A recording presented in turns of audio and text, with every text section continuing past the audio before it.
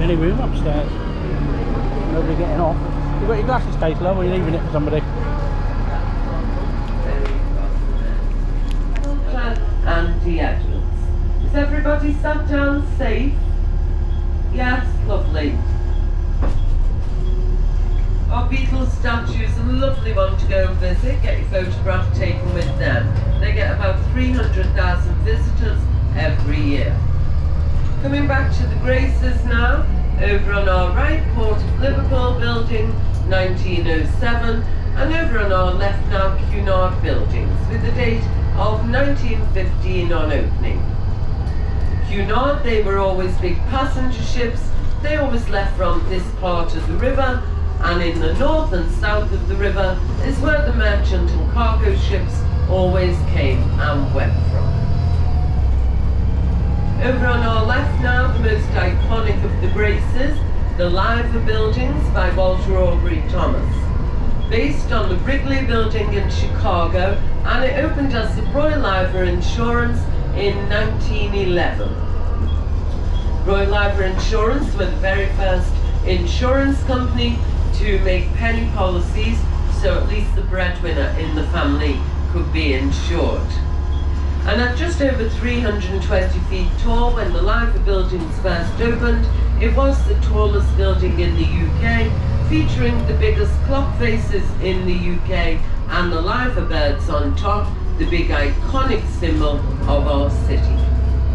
Over on our right now, St. Nicholas Church, the Sailors' Church. And there has been a church on that site since the 1200s, with about 6 build-ons throughout the centuries. Now, if anyone wants a war museum based in Rumford Street on the right, do ring the bells now and let us know. And the War Museum is where the Battle of Atlantic was actually planned. We are now in the old cotton and silk trading area, and behind Exchange buildings on our right there is a big square called Exchange Flags, where the cotton traders used to meet and argue the price of cotton. It was a bit like the stock market for the cotton trade. And I will say the cotton trade was a terrible trade. It went hand in hand with both sugar and slavery, all of which Liverpool made a fortune from, and all of which we're not very proud of. But very important that we acknowledge that to this day. Over on our left, the old Exchange Street railway station, with a date of 1850 on opening, and that was the one built mainly to take people up north to Scotland. All refurbed as offices in the 70s, and now housing a big part of our legal system. Now, with the sun shining, you might want to get out of the city centre for a morning. You can go to any of our metro stations like Moorfields there, Central or James Street, and get a 20-minute train to our beaches, Crosby and Formby Beach, where you would find the Anthony Gormley statues. At least you find them when the tide goes out, and they disappear again when the tide comes in. Over on our right now, we have Thomas Rigby's, with all the lovely little gargoyles above the downstairs window, each one with their own little character.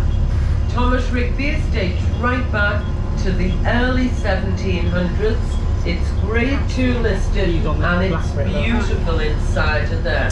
And they do fine dining in there. That's what they call really good pub grub these days, fine dining. The aloft building on our left here was originally the Royal Insurance, opened as such in 1892, and the Royal Insurance were one of the many insurance companies that insured the Titanic.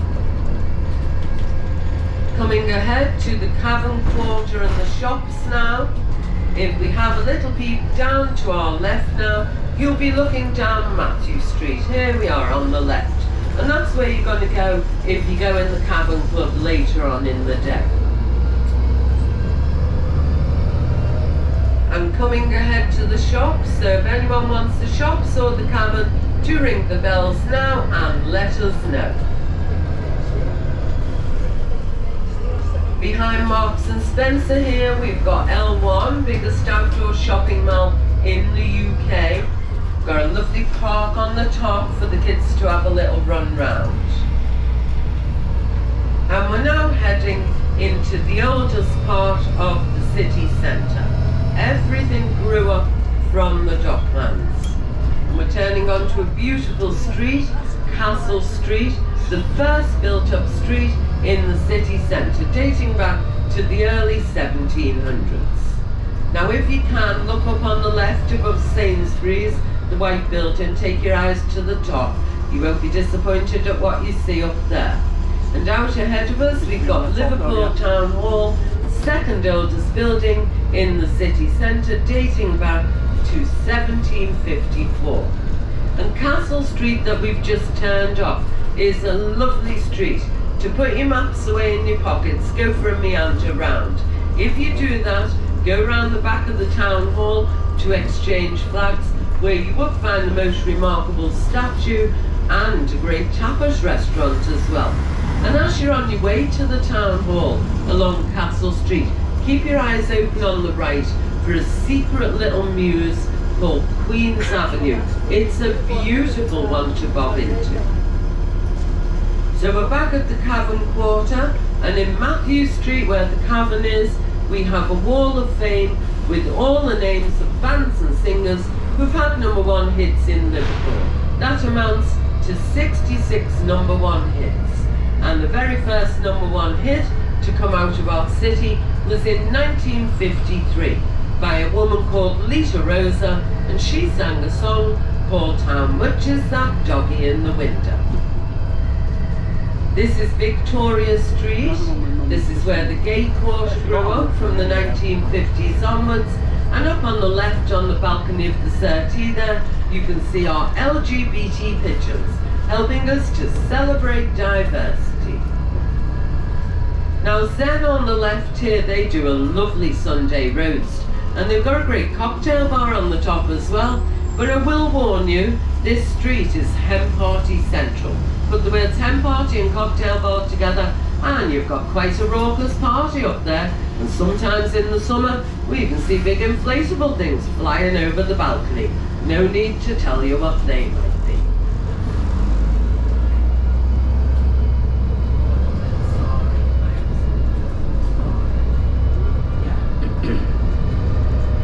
Let's have a little look up on the left on the balcony of Dixie Dean. We've got griffins there, again all with their own little characters, and I have tried to research why they're there. So far, haven't found anything. I think I need to go down a few more rabbit holes yet. We do have two Mersey tunnels going right under the river to the other side. On the left is the first of them. That one's Queensway Tunnel and it was opened by a king. And the other one's called Kingsway Tunnel and it was opened by a queen. That's the way we rock and roll. This one opened in 1934 and at 2.5 miles long when it first opened, it was the longest underwater tunnel in the world. If anybody wants to get off for the museums and galleries and St George's Hall, do ring the bell now and let us know. And this is William Brown Street, thank you. The only street in the UK with all Grade 1 listed buildings on both sides and all the way up.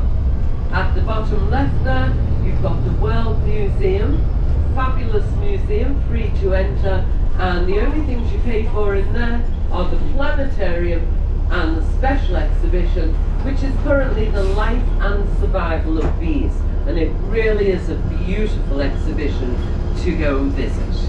And I'll tell you this, I went a few weeks ago to that exhibition, and while you're going round you're getting the vibrations of the bees. By the time you come out, you're so chilled out you're almost comatose.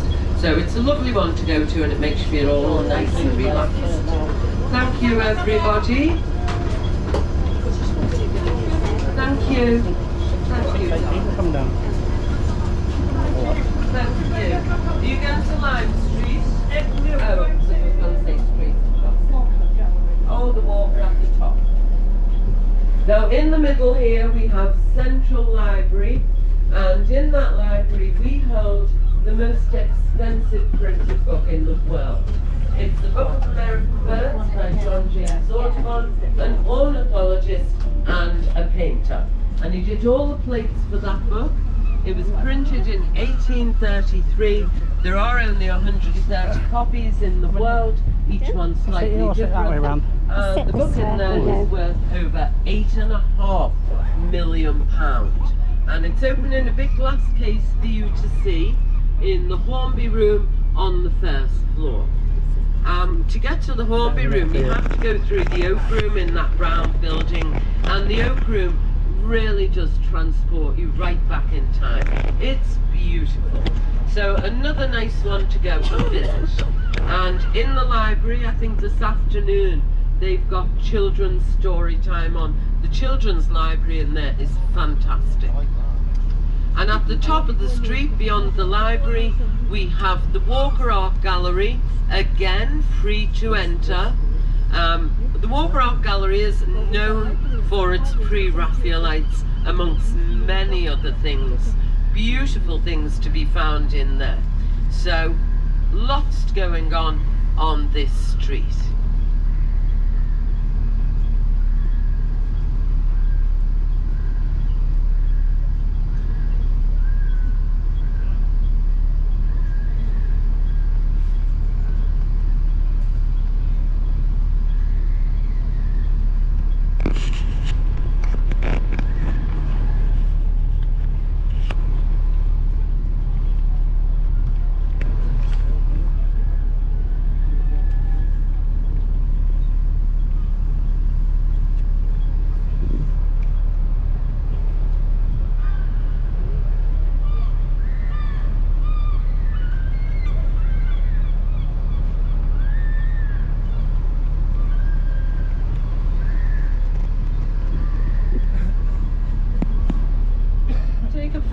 Of the fact that we've fought really hard over the years to keep all these buildings free for you to visit. We consider them not only great for our visitors, but part of our kids' education as well. That's why we fought that hard. Now as we turn, take a little look at the mermen on the hall there. 3 in, you'll see there's a mermaid. And mermaid statues are not something you'll see very often in Liverpool. You would only ever see a mermaid statue if she's right next to a merman. And the reason is obvious, mermaids are sirens. They sing the song that calls the sailors into the sea, and the mermaid steals their souls. But you could put them up next to a merman. He was like the dad. He'd say, girls, get your neck in, stop singing to them sailors, and then everything was all right. Now the big drum on the left on the pavement is our city centre memorial to Hillsborough. So please send your love out, folks, for the families of the 97. Always kept in our hearts. And an interesting character over on our right now, Dr. Duncan. He was a doctor in Liverpool in the early 1800s, and he was very concerned about the state of the water at the time, so he wrote lots of papers on it. Because of them papers, when the cholera broke out in 1832, Dr. Duncan was appointed the very first Chief Medical Officer for England. And on his appointment, he made a grand speech to the people, and he told them, do not drink the drinking water, you will get very ill. Instead, he advised them to drink the beer because it's better for you. So lots of drunkards walking around in 1832. Lots of drunkards walking around in 2024, but we ignore them. On our left now, our biggest Grade 1 listed, St George's Hall, neoclassical in design, opened in 1854 as both a grand concert hall, and originally it housed the law courts at this end. When that hall first opened in 1854, it featured the very first air conditioning system in the world, the biggest concert hall organ, which is beautiful, the law courts, the old cells, and the star of the show in there is definitely the Minton floor, running right along the Grand Concert Hall. Now Minton are British ceramicists. They only ever made 2 very big floors. The other one is in the Capitol building in Washington, and it's very beautiful. I am not going to compare the beauty of the 2 of them. They're both fabulous. But ours is a little more complicated. Ours is made of 30,000 individual tiles in the most beautiful concentric patterns. And I would say to you, if there's nothing else you look up on Google while you're here, look up St. George's Hall website and you would see that wonderful floor there. It might make you want to go and visit. Now, if we do have any engineers, builders, architects, designers on the bus, when we get to the edge of Lime Street station, take a look to the left at that beautiful sweep on them train sheds. A wonderful piece of engineering, and I'll explain them when we come back round. But I just wanted you to see them from this angle. They're fabulous.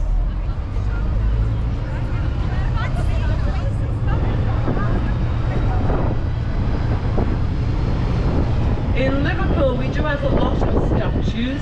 Most of them are on the ground, but we've got a very well-known one coming up in front of us when we go through the lights over on the right. And look high up in the air. There he is, not a fig leaf to be seen. And we call that statue Dickie Lewis. The place where young people used to meet to go out on their dates. So imagine that doorway on a Friday and Saturday night. Now don't worry folks, if you missed it the first time round, we're coming back round again. Get your cameras out and put them on soon. Are you ready? Does everybody wish to get off the Lime Street station? No. So here we are, Lime Street station, the oldest, still operational passenger terminus railway station in the world, dating back to 1836 when it opened with nothing more than 2 train tracks. The sheds came a little later on. They were built between 1846 and 1859, beautifully engineered from iron and glass. And when them 2 train sheds were first built, they were the longest train sheds in the world, and the furthest one was the widest, at just over 200 feet across. Over on our left now, the Crown Hotel, and these great big old decorative pubs used to be known as gym palaces. That was one of the gym palaces that used to serve the sailors, and wherever there were sailors, there were ladies of the night. Liverpool had a notorious lady of the night, immortalised in a song, and her name was Maggie May. And a real rogue she was, not the Rod Stewart song, the one that the Beatles sing. Maggie May, a real rogue. She used to get the sailors, take them in these pubs, get them blind drunk, and steal all their money. And apparently she even moved on to stealing the uniforms off their backs. Preferable, of course, to the other side of the job. But in the end, everyone got fed up of her, including the other ladies of the night. A policeman was sent for. She was carted off to the law courts in St. George's Hall, and Maggie May was sent off to Australia for her crimes. So we gave Australia Maggie May, and in return, they gave us Kylie Minogue. Thank you very much, Australia. Fair swap, I think. Now you do get a lovely view over on the right there of St. George's Hall. And if you went in the Grand Concert Hall in there, you'd see lots of stone statues. One of them is Charles Dickens. He wasn't from Liverpool, he was from Portsmouth, but he kept coming back here regularly over 36 years. He said Liverpool inspired him. He did a lot of research here. And every time he came back, he did penny readings in the hall there, introducing parts of his new books. And he was so popular that on his very last visit and his very last penny reading, over 3,000 people turned up to see him, and they couldn't get them all in the Grand Concert Hall, and they actually had to send for the riot police to disperse them. Imagine that for a literary reading. Now, while it may be a funny little story, I truly believe that speaks volumes about the history of art and culture in Liverpool. Now, I'll tell you a quick little story. A few years ago, I found a very short newspaper article by a journalist of Dickens' time. His name was Dolby. He wrote this on Dickens' last visit to Liverpool, and I quote, "As Charles Dickens left the Adelphi Hotel to walk to Exchange Street Station for the very last time, He was stopped in the street many times by Liverpool people wishing to shake his hand and thank him for his contribution to the city. What a beautiful accolade that is. So back at our Dickie Lewis now, really called Liverpool Resurgence by a wonderful sculptor, Jacob Eckstone. Now over on our left, the Adelphi Hotel, not the one Dickens stayed in. There have been 3 Adelphis on that site, and this one opened in 1919. Does anyone want to get off at the Adelphi? No? Is anyone staying in the Adelphi? No, and if you are, you're not putting your hands up, are you? Well, I'll tell you what, she may be a little jaded now, but once upon a time the grandest hotel in the city, and even today, if you're passing, pop in, have a look at the foyer. It's as beautiful as it ever was. And behind the foyer, you've got the Titanic ballroom, which some people say is an exact replica of the ballroom on the Titanic itself. I'd say very close, but not quite. And the reason for that, when the designers had finished the commission on the Titanic, one of the next commissions that came up was the Adelphi. And some of them moved over to do that and brought some of the designs with them. But if they wanted to use them designs, you have to make little tiny changes. So the ballroom is very close in design, but not quite. Now as we move forward, look up to the right, you can see the top of Metropolitan Cathedral there, and the lantern on the top is the biggest expanse of stained glass windows in the world, with over 9,000 pieces of coloured glass. So great on a sunny day in that one. The crypt in front of us with the pyramid is in Byzantine style by Edwin Lutyens. He had a beautiful dream of building the biggest cathedral in the world, but they had to stop his building the crypt in 1930. Had they allowed him to carry on back then, his cathedral would have cost £30 million. Before we go and look at the top, over on the left, we have the Red Brick University building by alto in a Gothic revival style with a date of 1892 on opening. And inside of there it features the Victoria Gallery, which is free to enter and is fabulous. Does anybody want off for this cathedral? No. So here we are, let's look at the top.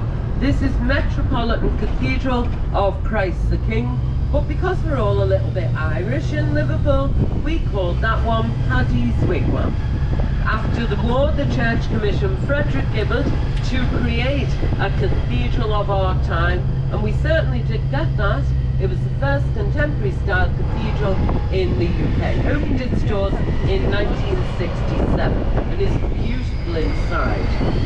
Now if you do want to see the cathedral that should have been built there, not the one that's there now, if you want to see Edwin Lutyens' beautiful Byzantine dream, his original architectural model from the 1930s is housed on the top floor of the Museum of Liverpool at the Pier Head, and I highly recommend going to see that one. It's fabulous. The bells out front on this one, the church call them Matthew, Mark, Luke and John. No prizes for guessing what we call them. John, George, Paul and Ringo. And people often ask me which one is the biggest bell, and I'll say, well, it can be any one you want, but it can't be George, because the biggest bell on the other cathedral is the Great George Bell, which, by the way, you would see if you went up to the top of the other cathedral. So turning on to Hope Street now, the only street in the world with a cathedral at either end. Any theatre goers on the bus, keep an eye on the Everyman. It's the home of the most fabulous drama. Now, you can go in the fill, coming up on the right hand corner in front of us, show your bus ticket at the bar and get a free glass of bubbly on us. So is it bubbly time for anyone? Yes? No, you're all being good till a bit later on, aren't you? Okay. Well, you know where it is now, right there on the opposite side. So 1898 the Phil opened, and a number of years later on it became the very first Grade 1 listed pub in the UK. When it originally opened, it only served men, the rich men from out front in the Georgian quarter, so no women, no poor people. Consequently, when it first opened, it only had a men's toilet. And the men's toilet in there, done in the most lovely pink Connemara marble, is the only Grade 1 listed toilet in the UK.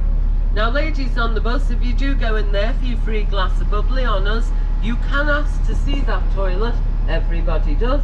But do remember, it's the men's, knock first, and you will need a nose defender, that's for sure. Over on our left, the Philharmonic, housing our wonderful orchestra. And in the foyer in there, we've got a lovely brass plaque dedicated to the musicians on the Titanic who played on as the ship went down. Now if you're walking from cathedral to cathedral, let me point out a great restaurant.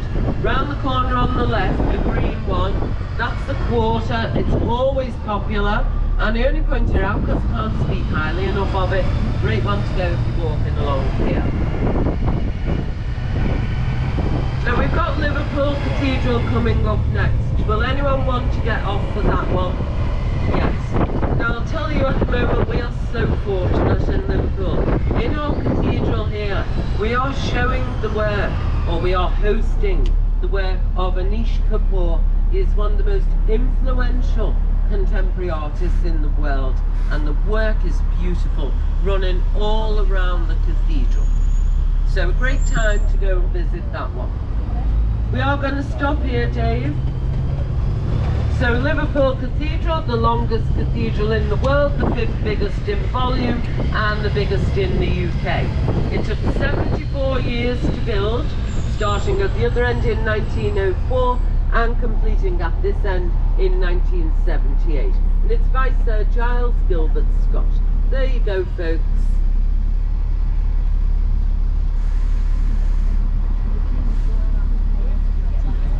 I always say to people, a really great time to visit that one is lunchtime, because the cafe in there is fabulous. You won't find a frozen chip, I'll tell you that much. Every bit of food is done from fresh.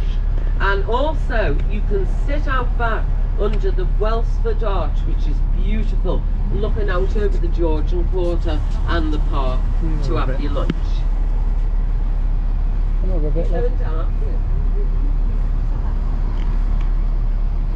And after lunch as well, you can have a lovely walk around the park, which was the old cemetery.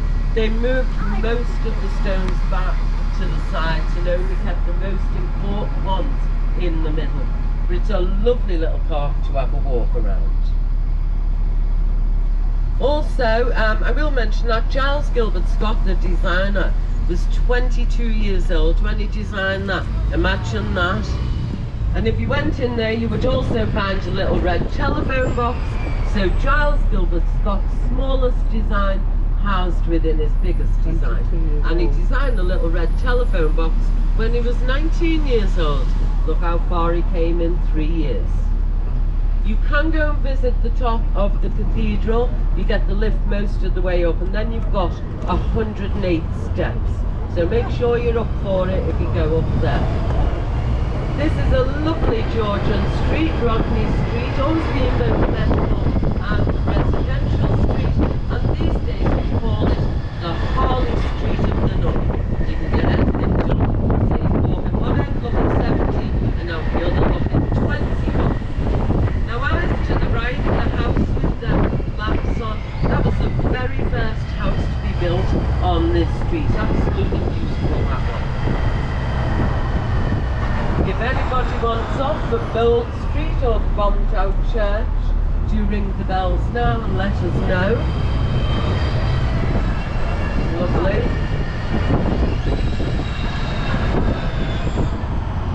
So just feast your eyes on this little beauty. St. Luke's, the bombed out church. An incendiary device dropped on it. There you go, folks. Now I don't think it's going to be open today, the bombed out, because of the police tape. I don't know what's happened, but hey ho. Just happens to be like that. Oh, where you all going? Okay. Okay. Thank you, everyone. See you later. You're going to Bold Street for your brekkie? Yeah. Oh, isn't Squid Games great? They go in the front door, are they? So, the bombed out church, the incendiary device took the inside out, left the outside standing, and the bombed out church is a firm favourite in Liverpool because for many years all you saw was a secret garden growing out of it. We were always told, you'll never get in there, it's not safe. But about maybe 20 years ago, the council went in, declared it safe, and gave it to an arts organisation to curate. Now it should have been open today, it doesn't look like it's going to be. Maybe tomorrow, so keep an eye on that one. It is beautiful inside. And in Liverpool, when our mates phone us up and say come for lunch, we say yeah, meet me on the steps of the bombed out church. And we say that because of this street on the right now, Bold Street. That street is our favourite in Liverpool. That's another it has one a he says lovely on this Liverpool Bold vibe, Street. great cafes and restaurants from all around the world where you won't be charged Albert Job prices. Yeah, basically. As well as Bold Street for eating out in, you've got Duke Street coming up on our right now. If you walk down Duke Street, about halfway down, you've got a lovely Italian cafe, not a restaurant, a cafe, run by two Italian people. It's called Grand Cafe, does fabulous cakes, so we'll tell you that. And near the bottom you've got Duke Street, street food market. It's not Asian street food, it's street food from all around the world. It's fabulous and it's got a great vibe to it as well. So, a few good restaurants running down Duke Street. Now, does anyone want to get off for our Chinese arch? No, okay. So we're in Chinatown and our arch over on the right there is the biggest Chinese arch outside of mainland China. Donated to us by Shanghai, who we are twinned with, and the words on the top simply mean Chinatown. It was open for Chinese New Year 2000. Now we're just passing our old free-for-all community practice hall. We are hoping the council will restore it. Very important that we get that done because over the years that's provided space for our young people to express and upskill. It's a brand new piece there, the turquoise and hobbies. And you know, over the years I've seen the young people coming back regularly and watch their work get better and better. I truly believe every city should have a practice hall. The big bird on the right is the Secretary Bird by John Culshaw. He's one of our main big wall graffiti artists, and anyone who does the Beatles bus or has done it may have seen his big Ringo further up in the city. So the Secretary Bird, the Ringo, all his own work. But what we also love about John is the time and the energy that he gives to the youth around Liverpool. He's got about 8 or 9 major big wall youth projects, and all of them are beautiful. If you want to see more of John's work, you don't even have to remember his name. Go on Instagram, put Liverpool BD Ringo, all of his work will come up, including the youth projects. Have a little up to the right, you can see the top of the old Keynes Brewery there. It's been a social area for many, many years now, and so popular over the years that recently we've had to extend onto this side of it with the Qpark. Now the Qpark on our left here, only been open for about 4 months, but this side of it is more about DJs, clubbing, beer gardens, so more for the adults. But round the other side where the old Keynes Brewery is for anyone of any age, from little tots right up to grandmas and granddads. And I should know, because I quite often take my little 5-year-old grandson round there for lunch, and he loves it. He can have a little run round in the street in front of the brewery. And in front of the brewery, it's all lit up with fairy lights. It's lovely. It's got indoor and outdoor bars, cafes and restaurants, and a fabulous vintage market inside as well. And our visitors visitors, when I've bumped into them in there, have always assured me that they love it in there. So a great one to visit. Baltic Social. Now this hill that we're going down, years ago, you would have seen merchant sailors walking up it all day long. When they came back down again, it was mostly in the night, and they were mostly rotten drunk. So what did they do with the drunken sailor early in the morning? Well, as long as there was 6.5 miles of working dockland in front of us, there were always police walking up and down all night long. They would pick off the worst of the drunken sailors, the ones falling over everywhere, and they'd stick them in a little lockup just inside the nearest dock gates to sober up. And they'd open them lockups about an hour before the next high tide in time for sailing. So that's what they did with the drunken sailor. And by the way, if any of them sailors were still falling over drunk when they opened the lockups, they'd pick them up, put them against the wall for a while, keep charge of them. Eventually, 2 or 3 policemen would accompany them all the way back to their ships for safety reasons. And I bet that was a sight to see.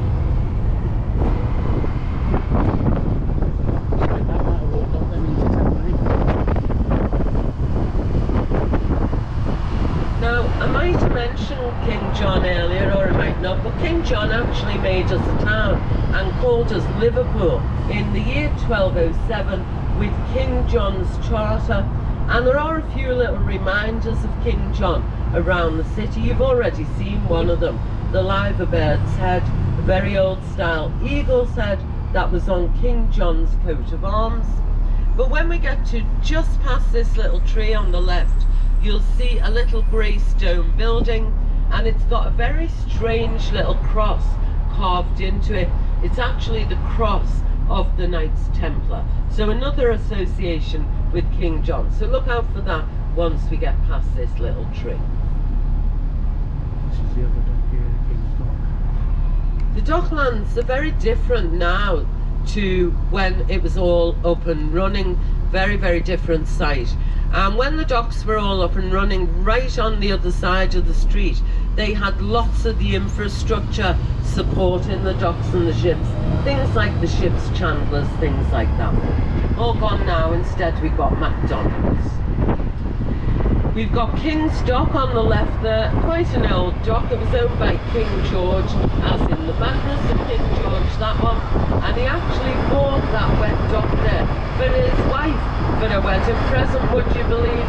She said, get me a rock. He thought she said, get me a dock. And that's exactly what she got. And King's Dock did used to have the biggest dock gate in the city. When we turned to tourism, we took it down, moved it up the river in front of us, and here it is now, the Whopping Gorge. Now if you went into the Albert Dock this way, you'd go over that bridge there, and the bridge itself doesn't actually have a name, it's just part of the street, but the underneath of the bridge definitely does have a name, wait for it. It's called the Whopping Queen's Passage, but that's not what the dock workers used to call it, and I will leave that one to your imaginations. There's a few dirty laughs going on there. If any of you want to go and visit the football grounds, Everton and Liverpool, you can get the 26 bus from the bus station. That will get you there in about 20 minutes, and it would drop you right outside each of them stadiums. Do not get the 27, it goes the other way around, you'll be on it forever. So it's 26 out, 27 back.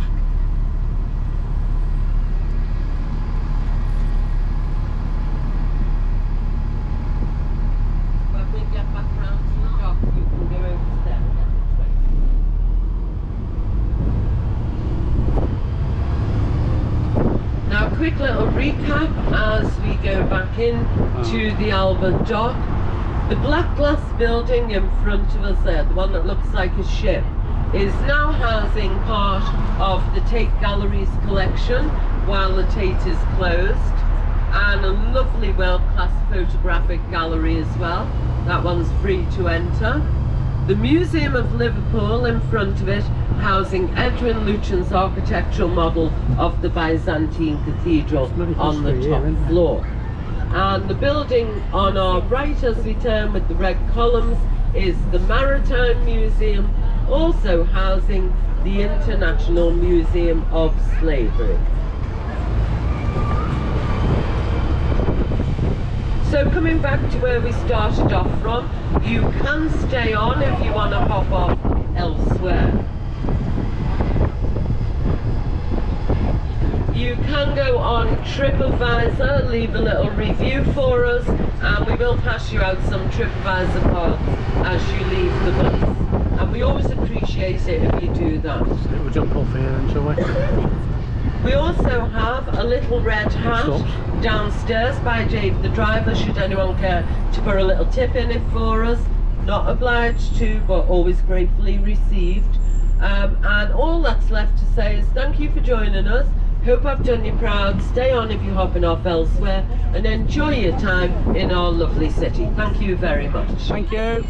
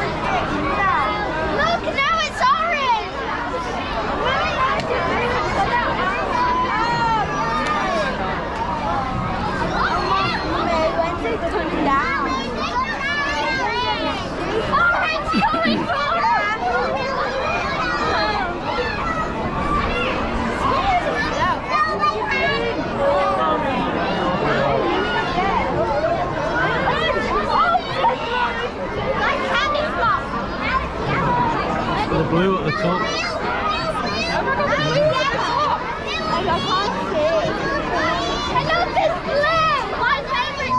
The phone machines with two colourings in, aren't they, or something? Probably like stains of clothes. I didn't think this one out, did I?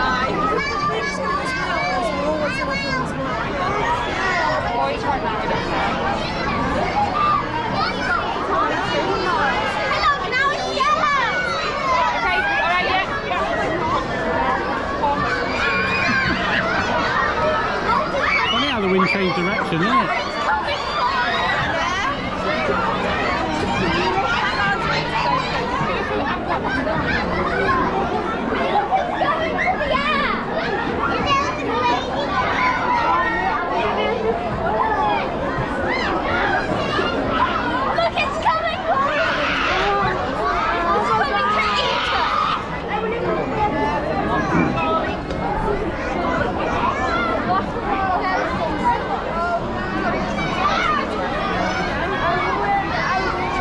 They're spraying it off the walls, that's what they're doing. Oh my god.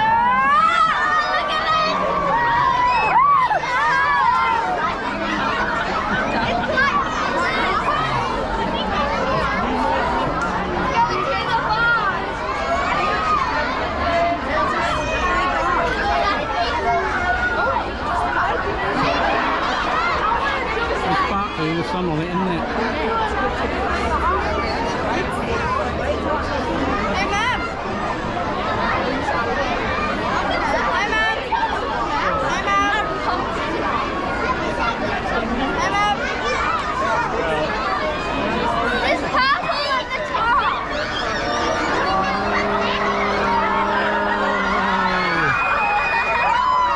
He's going to be busy up there.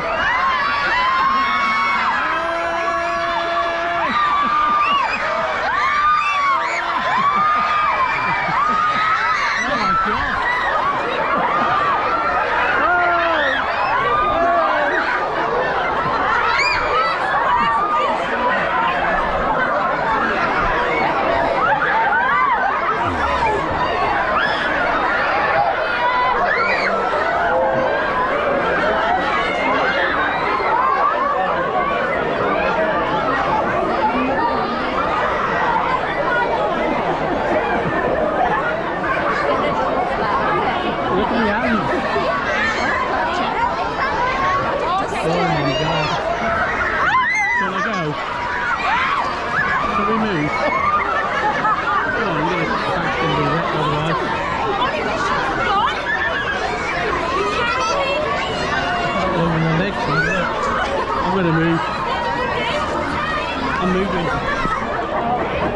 I'm moving, alright.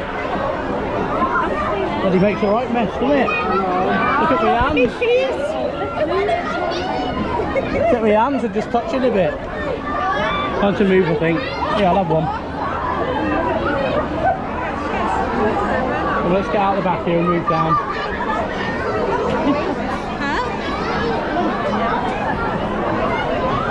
Bye.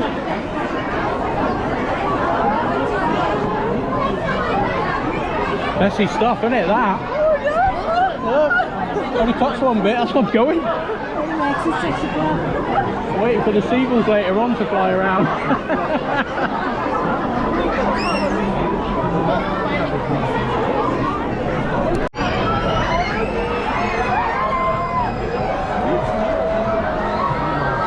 Look at that, man.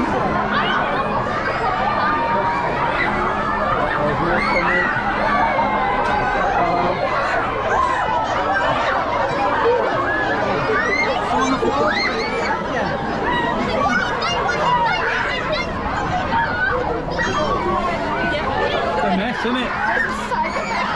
Oh, it can't be that bad. It's going to touch me and do it.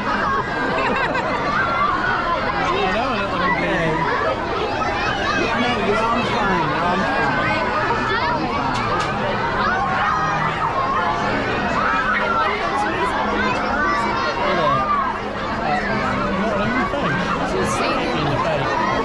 Your blouse as well. Yeah.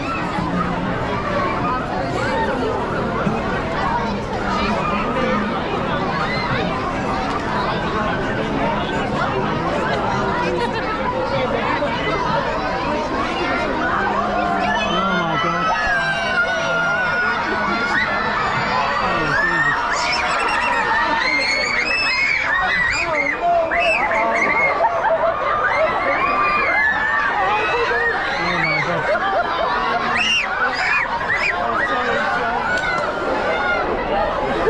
Could have brought a fan with us.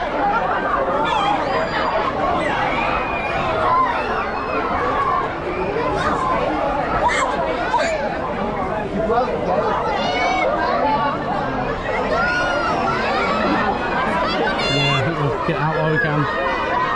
We've still got some clothes to wear. It's like we're staying in tonight doing the washing. Easter, isn't it?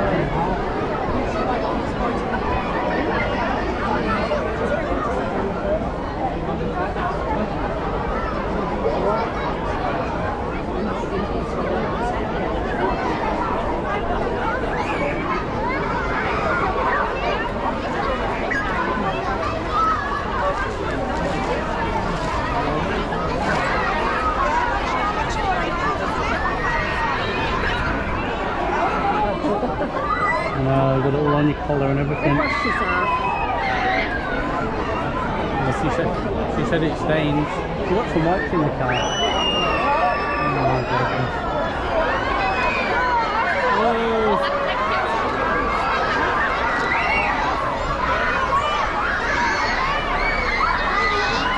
Please be aware that the foam can stain your clothes. It is made up of food chlorine, so it should come out in the wash. Should come out in the wash, she says. She said.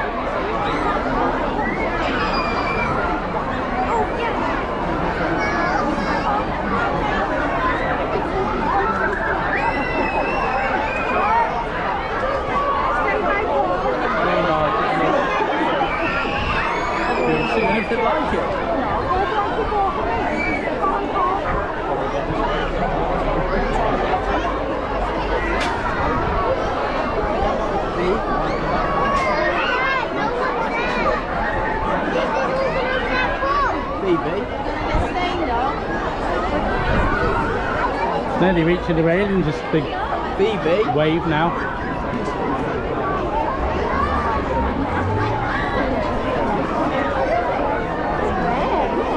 It is, yeah.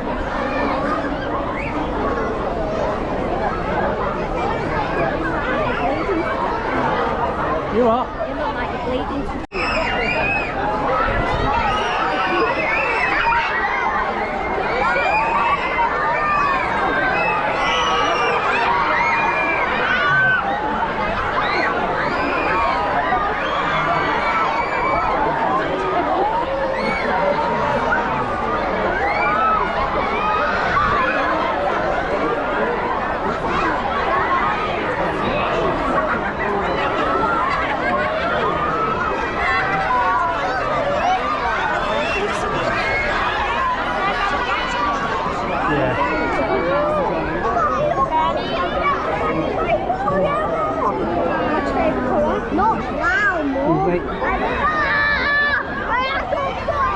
What are you doing?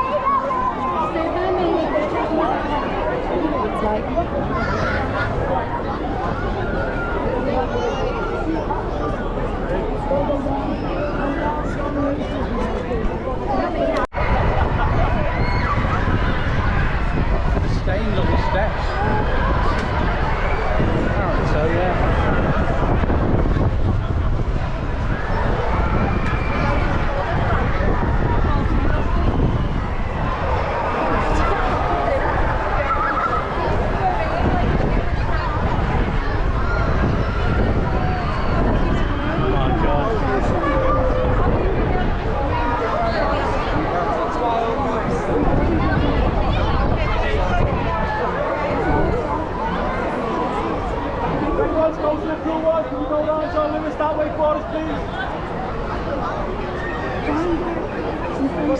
Going through the fence now, this one down here, look. Yeah.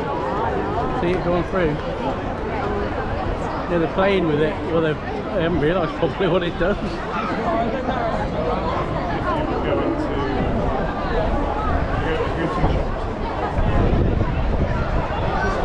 See that wind changed direction just as it was about to happen, didn't it?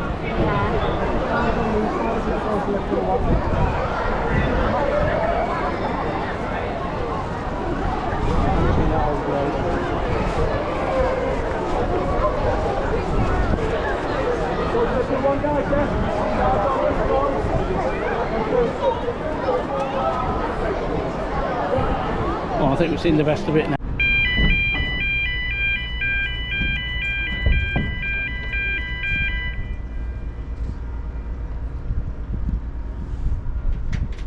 Swing bridge.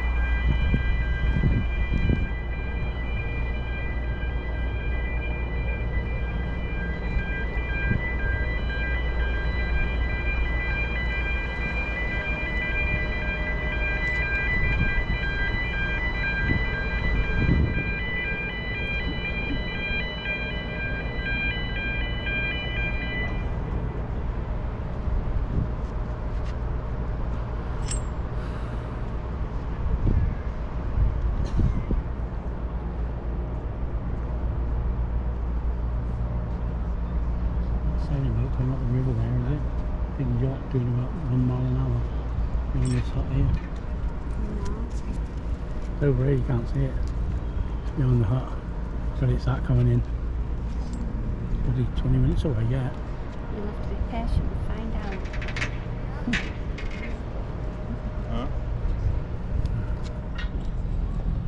This is the long awaited arrival of the boat. It's been about 15 minutes.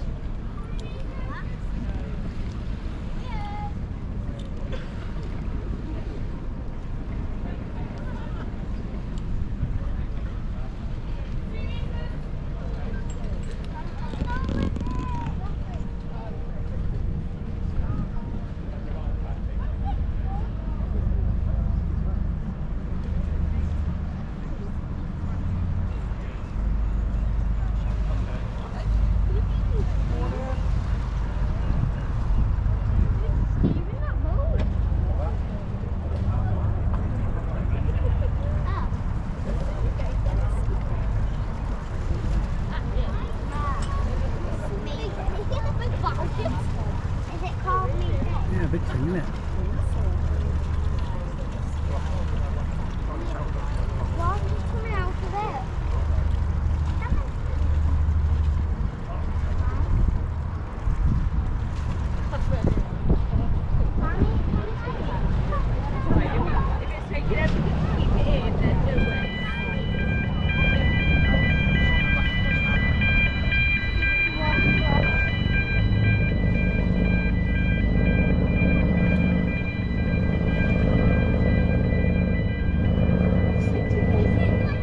Turn it round. So we're going to dock in this bit, isn't it? Maybe, There's ladders here next to me, so maybe they're going to come up them. Yeah.